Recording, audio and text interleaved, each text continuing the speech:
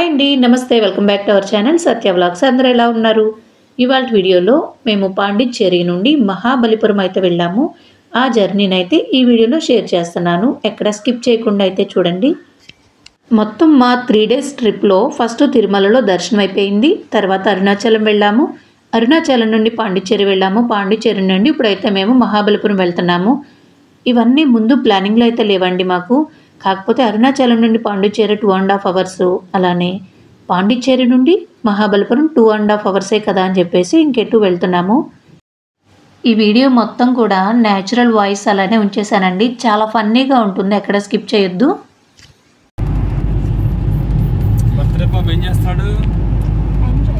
Birthday boy పెన్సిల్తో ఆడుతున్నాడు.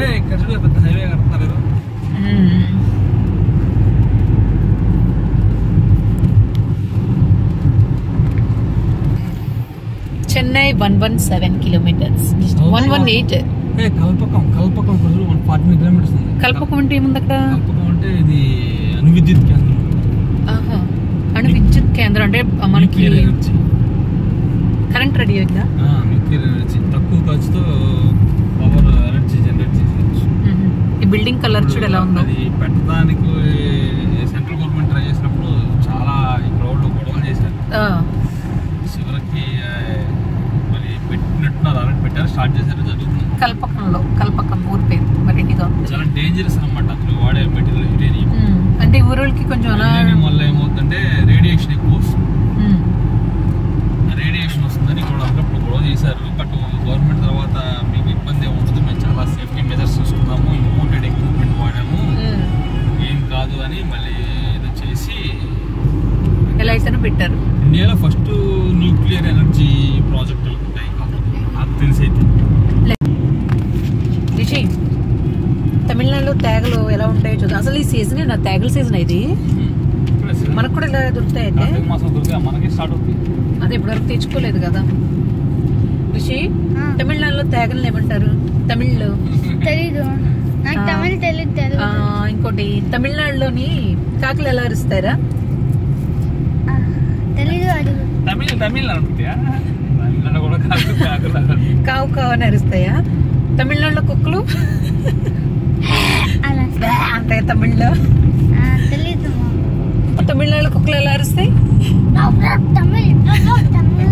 మరి కుక్కలు అదే కాకులు తమిళ్ అంటే.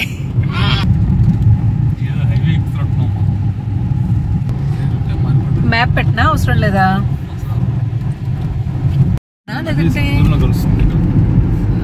భలే ఉంది రిషి.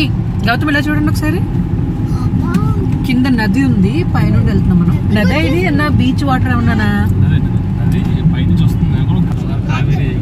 కావేరీ నదా? నిన్న మనకి పెన్నా నది కూడా కనిపించింది ఇక్కడ నెల్లూరు దగ్గర. పెన్నా నది చూసాము. ఇది వచ్చేసి కావేరీ నది కనపడుతుంది. ఆ సముద్రంలో కలుస్తుంది వాటర్ వెళ్ళి. పెన్నా నదా ఏంటిది? కావేరీ నది.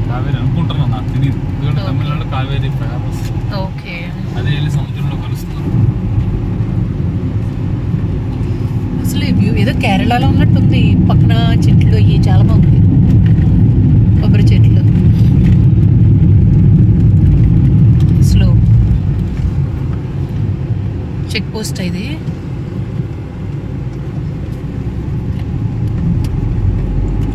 తమిళనాడు ఎంటర్ అయ్యామా? ఆల్రెడీ ఎప్పుడో ఎంటర్ అయ్యానులే. అవును. ఇక్కడ టెంపుల్స్ కూడా చాలా డిఫరెంట్గా ఉన్నాయి. ఏంటంటే టెంపుల్ మీద ఎక్కువ బొమ్మలు కొన్ని వేల సంఖ్యలో ఉన్నాయి. మనకు ఉంటుంది కొంచెం ప్లేన్ ఉన్నట్టు అనిపిస్తుంది అక్కడక్కడ ఉన్నా.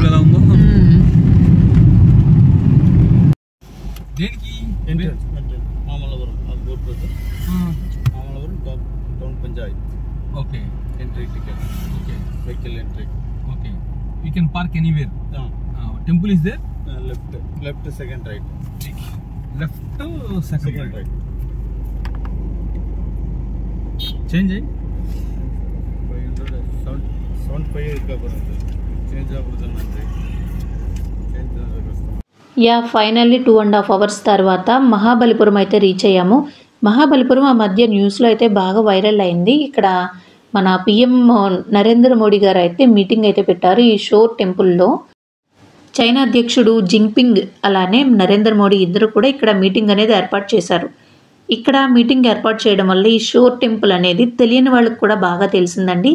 నేను కూడా అప్పుడు న్యూస్లోనే చూశాను, కానీ ఇంత తొందరగా ఇక్కడ మహాబలిపురం వస్తామనేసి నేనైతే అస్సలు అనుకోలేదు. మహాబలిపురం అనేది ఒక చారిత్రక ప్రదేశం అండి.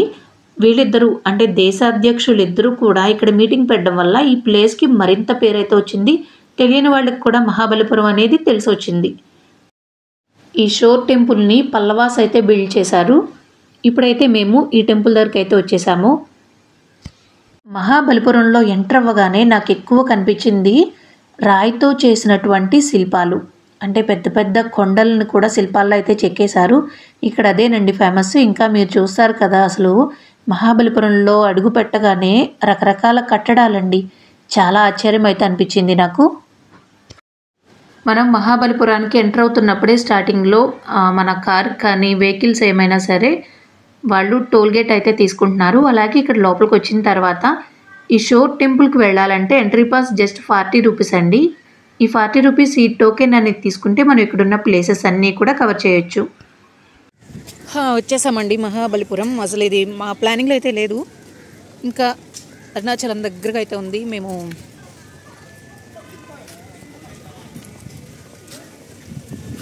పాండిచ్చేరి వచ్చాం కదా, పాండిచ్చేరికి జస్ట్ 1.5 hours జర్నీ అని చెప్పేసి మేము ఇక్కడికి అయితే వచ్చాము. మహాబలిపురం మీద కూడా బాగుంది చాలా, ఇంకా చూడాలి. కొబ్బరికాయ మీద వినాయకుడిని అయితే చేశారు.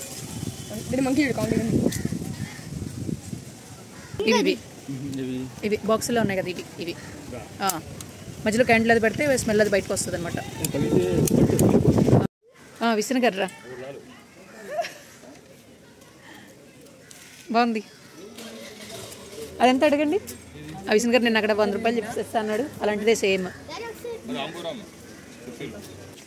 గౌతమ్ అలాంటిది ఉంది, తీసుకోండి సైజు. వద్దు, ఇంట్లో ఉంది కదా చిన్నది. ఉంది అని చెప్పు. అరే ఉంది అని చెప్పడం తమిళ్లో ఏమనాలి? నీకు తెలీదు, నాకు తెలీదు.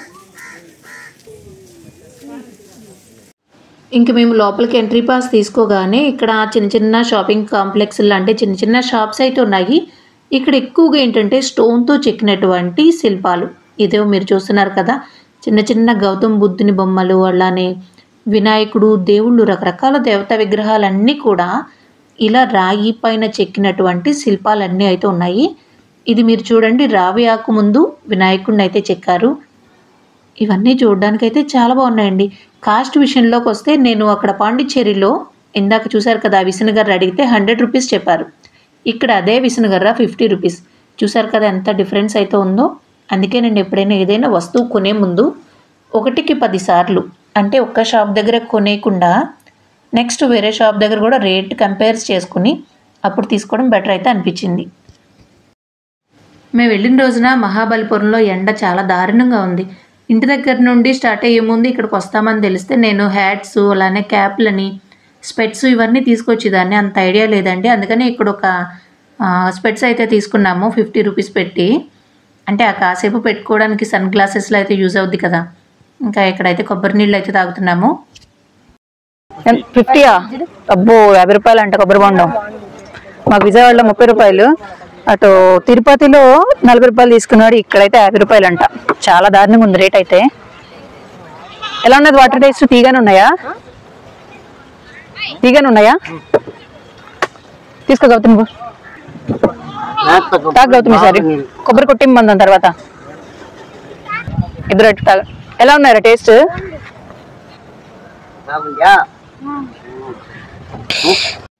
ఇంకా ఈ ఎండను తట్టుకోలేక రాగానే కొబ్బరి నీళ్ళు అయితే తాగుతున్నామండి. కొబ్బరి తాగిన తర్వాత కొబ్బరి గుంజు తినకపోతే ఎలా చెప్పండి?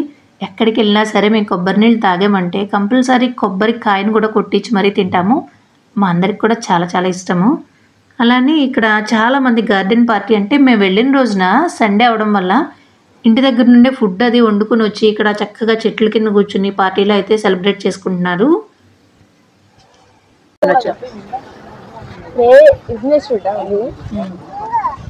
చాలా ఎండగా ఉంది.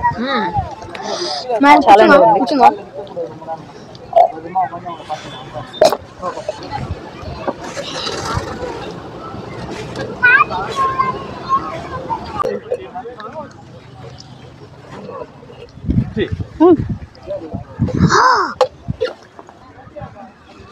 ఇక్కడ రోడ్లో ఎవరో టిఫిన్ తెచ్చేసుకుని కూర్చుని ప్రశాంతంగా సండే ఎంజాయ్ చేస్తాను.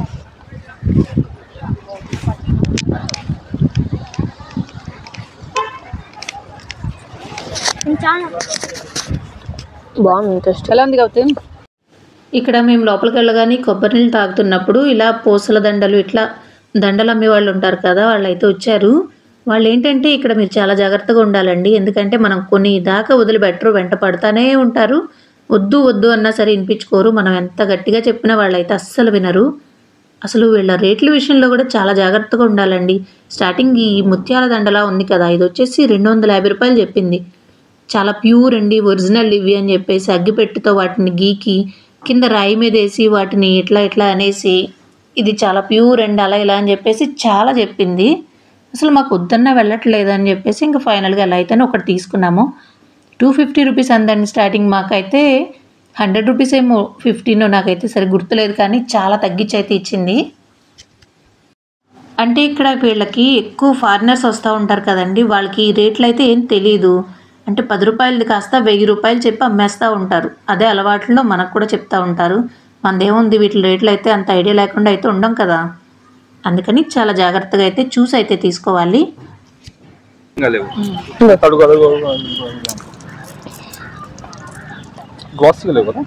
నన్ను అగ్గి పెట్టిస్తాను తీసుకున్నా, అగ్గి పెట్టిస్తాను తీసుకున్నా, అగ్గి పెట్టిస్తాను తీసుకున్నా.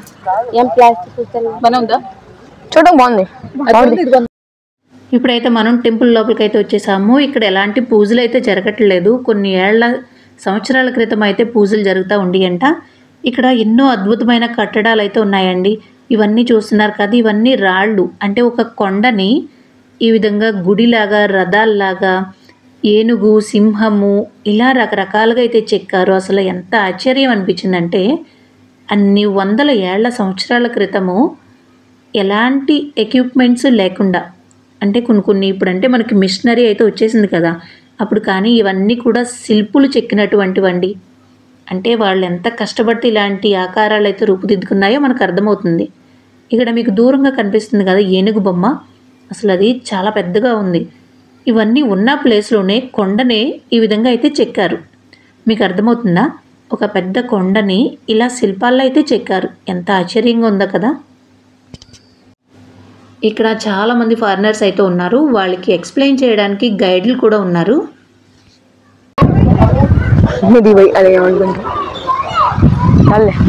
చాలరా వాళ్ళు ఎంచమని అట్లా ఉంటారు, వాళ్ళు ఎంచమని అట్లా ఉంటారు. ఓకే కొంచెం అట్లా ఇచ్చే బాబు.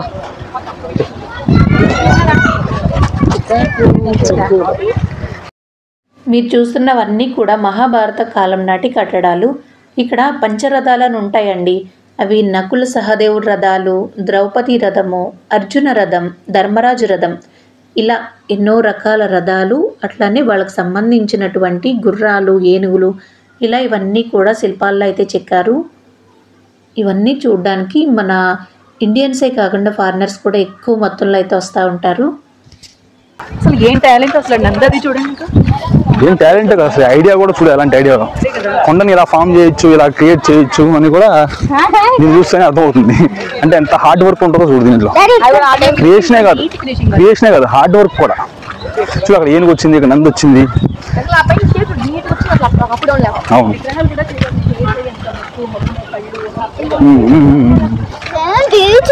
ఇవన్నీ స్పేస్ చూసుకోవాలి. వాళ్ళు చాలా ఆ రోజుల్లోనే అంత టాలెంట్ పడారు.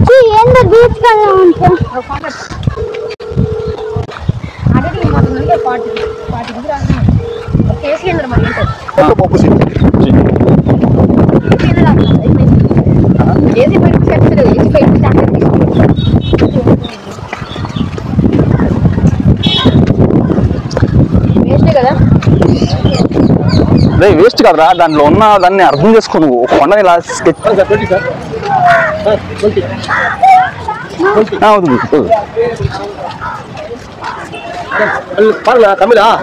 తెలుగు తెలుగు చూడు మనం guide my tell me what is my making making 20 days making both ఎంత తెలుగు మన sir making this annex one, this one the annex one, this one the granite కానీ కింద పడితే బ్రేకేజ్ అవుతాయి. this is మండపం Shiva Parvati Ganesha Krishna life How much? Yeah, 1200 is 1800. Oh, 400, 1800. I'm making Tata, old man making Tata. उतना पैसा नहीं है हमारे पास ठीक है Put sir. ले ले Say it in the वो तो सर शॉप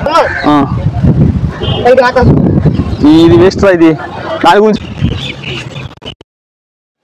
ఇంకా టెంపుల్ లోపల చూసిన తర్వాత బయటకు వస్తే ఇలా షాపింగ్ అంతా ఇలా ఉంటుంది. అంటే రాళ్లతో చేసినటువంటివి ఎక్కువ కనిపిస్తూ ఉంటాయి మనకి. మహాబలిపురం ఎటు చూసినా ఇలా రాళ్లతో చెక్కినటువంటి రోళ్ళు, శిల్పాలు ఇలాంటివి ఎక్కువ ఉంటాయండి. మీరు చూస్తూ ఉండండి. ఇక్కడ లోపల విగ్రహాలు చూస్తున్నారు కదా మీరు. ఇక్కడ నుండే మన వైపు అంటే టెంపుల్స్లో కావాల్సిన విగ్రహాలన్నీ కూడా తీసుకుంటారంట. ఇక్కడ గౌతమ్ మీద కీ చైన్స్ కోసం చూస్తున్నాడు.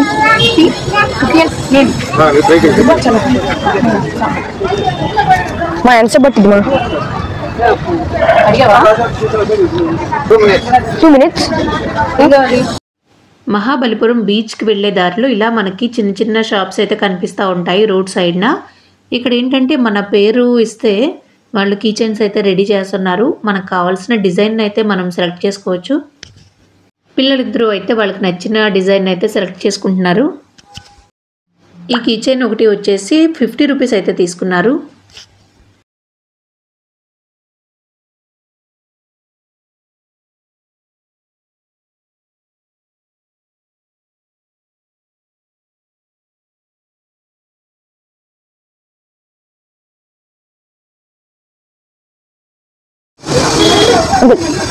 Rishi.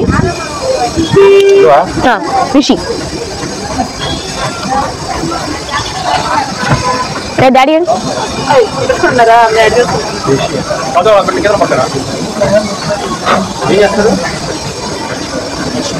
Daddy, ఏ టైప్ తీసుకుని చెప్పు.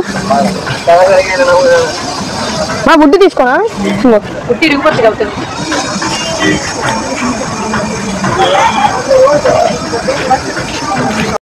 ఇక్కడ పక్కనే ఒక శిల్పాలను తయారు చేసే షాప్ అయితే ఉంది. లోపలికి వెళ్ళి చూస్తే ఇలా ఒక పెద్ద రాయిని శిల్పంగా ఎలా చెక్కుతున్నారో మీరే చూడండి. వీళ్ళ దగ్గర ఉన్నటువంటి మిషనరీతో ఈ శిల్పాలను అయితే పాలిష్ చేస్తూ ఉన్నారు. ఇవన్నీ కూడా సింగిల్ రాక్ పైన చేసినటువంటి శిల్పాలు. ఇవన్నీ చూస్తే మీకు అర్థమవుతుందా, మన గుళ్ళల్లో అవి ఉంటాయి కదండి శిల్పాలు, అవన్నీ కూడా ఇక్కడ నుండే తీసుకుని వస్తారంట.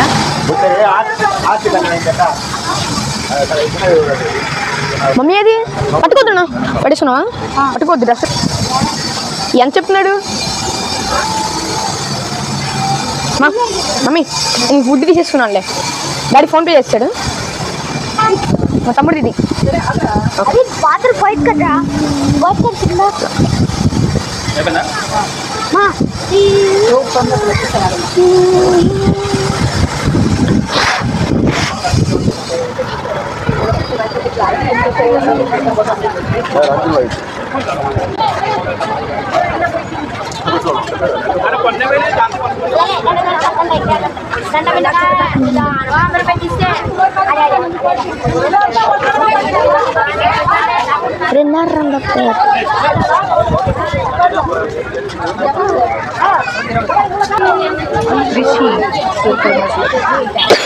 అవెంజర్సా?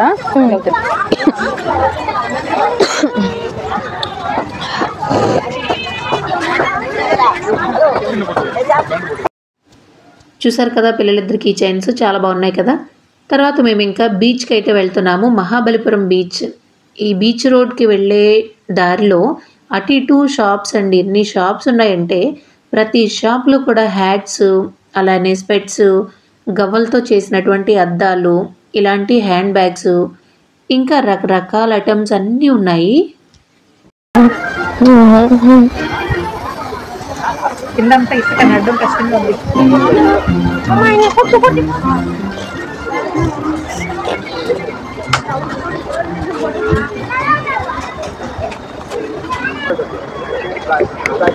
చెట్టుబడి యుద్ధం తీసేసుకున్నాడు.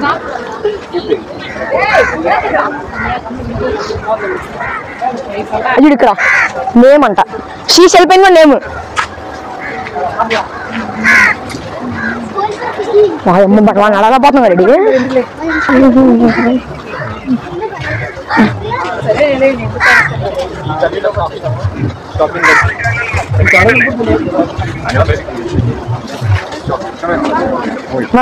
ఫ్రిడ్జ్ మ్యాన్ 30 రూపీస్ అంట. తీసుకుంటాం మీరు. 50 రూపీస్ ఉంది నా దగ్గర తీసుకుంది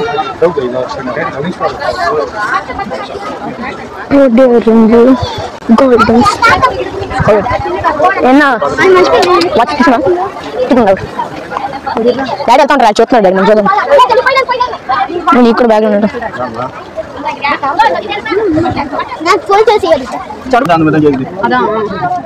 ఈ బీచ్కి వెళ్ళి దారి మొత్తం ఒక 3 కిలోమీటర్లు ఉంటుందేమో. ఆ 3 కిలోమీటర్లు కూడా అటు ఇటు కూడా ఇలాంటి చిన్న చిన్న స్టాల్స్ అయితే ఉన్నాయి. ఎక్కువగా ఇలాంటి గవ్వలు అయితే ఉన్నాయి, మీరు చూస్తున్నారు కదా. ఈ గవ్వల పైన మన పేరు కూడా డిజైన్ చేస్తారంట. ఒక్కొక్కటి 150 రూపీస్ ఎంతో చెప్పారు. అలానే ఇక్కడ గవ్వలతో చేసినటువంటి అద్దాలు ఇంకా మొత్తం బీచ్లో ఇవే ఎక్కువ కనిపించాయి మాకు. మేము మహాబలిపురం వచ్చేసరికి టైం వచ్చేసి 12:30 అయితే అయిందండి. లంచ్ కూడా చేయలేదు. ఆ రోజు పాండిచ్చేరి నుండి మేము అక్కడ టిఫిన్ చేసేసి అయితే స్టార్ట్ అయ్యాము. ఇంకా వచ్చిన తర్వాత తిందామంటే మాకు సరైన రెస్టారెంట్ అయితే ఏం కనిపించలేదు హైవేలో. ఇంకా మహాబలిపురంలో తిందామనేసి ఇక్కడికి వచ్చేసామండి. వచ్చిన తర్వాత చూస్తే ఇక్కడైతే నాకు సరైన ఫుడ్ అయితే ఏం కనిపించలేదు. నిలబడి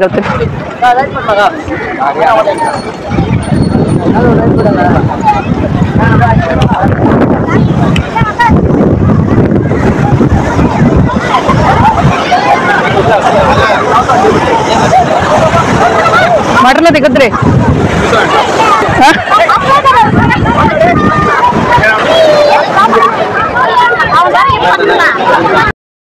ఇంకా బీచ్ని చూడగానే పిల్లలు ఎక్కడ ఆగుతారు చెప్పండి, నీళ్ళలో అయితే దిగుతామనేసి ఒకటే గొడవ చేశారు.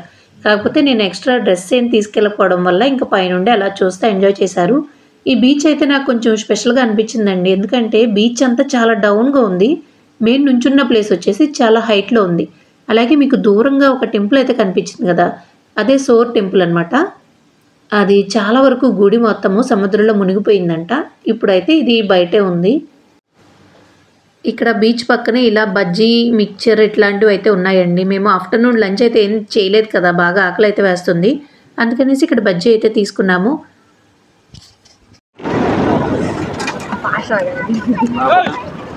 వేడి మన నోటి కాదు వేటినే వచ్చేస్తేనే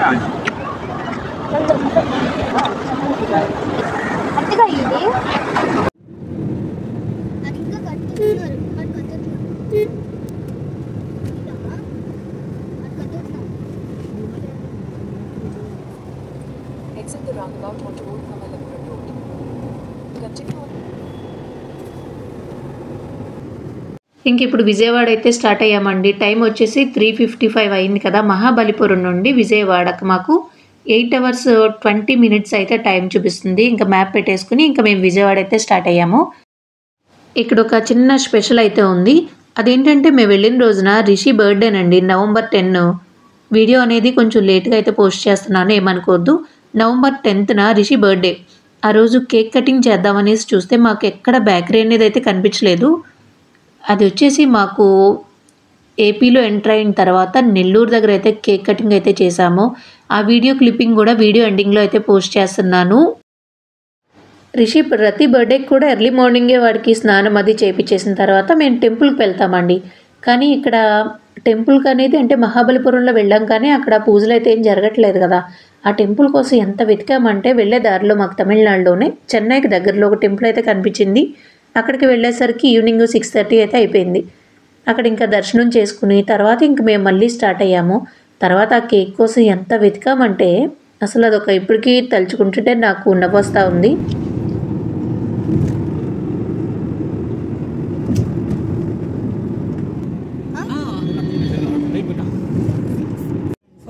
ఇప్పుడు మేము నెల్లూరు హైవే నుండి విజయవాడ వెళ్ళాలి. కాకపోతే ఇప్పుడు మేము రిషి బర్త్డే కేక్ కోసము నెల్లూరు ఊర్లోకి రావాల్సి వచ్చింది. రిషిని కేక్ ఎంత పని చేసింది రిషి. అదైతే పాండిచ్చేరిలోనూ అక్కడ చెన్నై దగ్గర తీసుకుంటే పని అయిపోదును. అక్కడ నుండి బేకరీలు వెతుక్కుంటా వస్తే మాకైతే ఎక్కడ కనిపించలేదు. పిల్లలకి బర్త్డే అంటే కేక్ కటింగ్ అనేది ఒక సరదా కదండి. మరి రిషి వాడి కేక్ కోసం అయితే వస్తున్నాము. ఇప్పుడు నెల్లూరు సిటీలోకి వచ్చాము. బేకరీ కోసం వెతుకుతున్నాం. అదిగో ఉంది ఉంది కేక్ ఉంది ఉంది ఉంది ఉంది ఇక్కడ నెల్లూరు ఊర్లోకి అయితే వచ్చాము కేక్ కోసము. కూల్ కేక్ తీసుకోమ్మా. కూల్ కేక్ కాదనుకుంటా, అవి కూల్ కేక్ కాదనుకుంటా.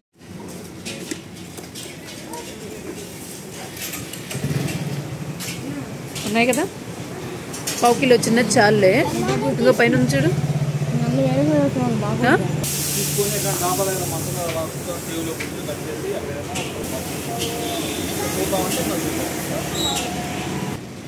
ఏంటి ఇప్పుడు ఆ ఫ్లేవర్ నచ్చదా నీకు?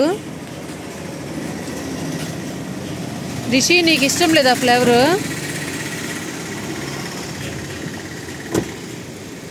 కేక్ కోసం మా వెతుకులాట.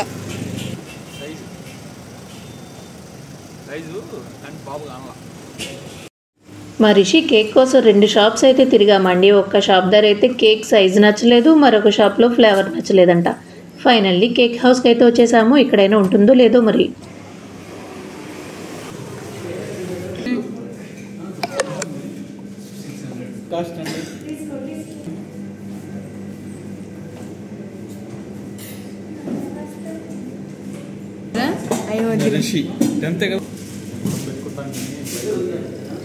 దేవి కూడా చిలకనే పిలుస్తారు సార్. వచ్చింది ప్రెజెంట్ ఇప్పుడే just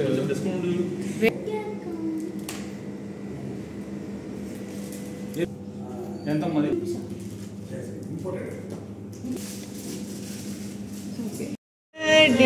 happy birthday happy birthday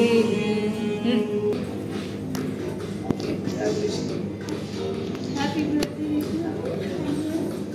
special birthday happy birthday. ఇక్కడ ఇంకా కేక్ సరే. పిల్లలకి నచ్చిన కేక్ అయితే దొరికేసింది ఫైనల్లీ. అదే కేక్ హౌస్లో ఇక్కడ కేక్ కటింగ్ అయితే చేస్తూ ఉన్నాము. బ్యాక్గ్రౌండ్ అంతా హ్యాపీ బర్త్డే సాంగ్ అయితే ప్లే చేస్తూ ఉన్నారు. అందుకనేసి అదైతే మ్యూట్ చేసేసాను. చాలా స్పెషల్గా అయితే అనిపించిందండి రిషి బర్త్డే ఇయర్. ఇదండి ఇవాళ వీడియో. ఈ వీడియో మీకు నచ్చిందా? మీ అందరి బ్లెస్సింగ్స్ మాపై ఉండాలని కోరుకుంటూ thank you for watching. Bye bye.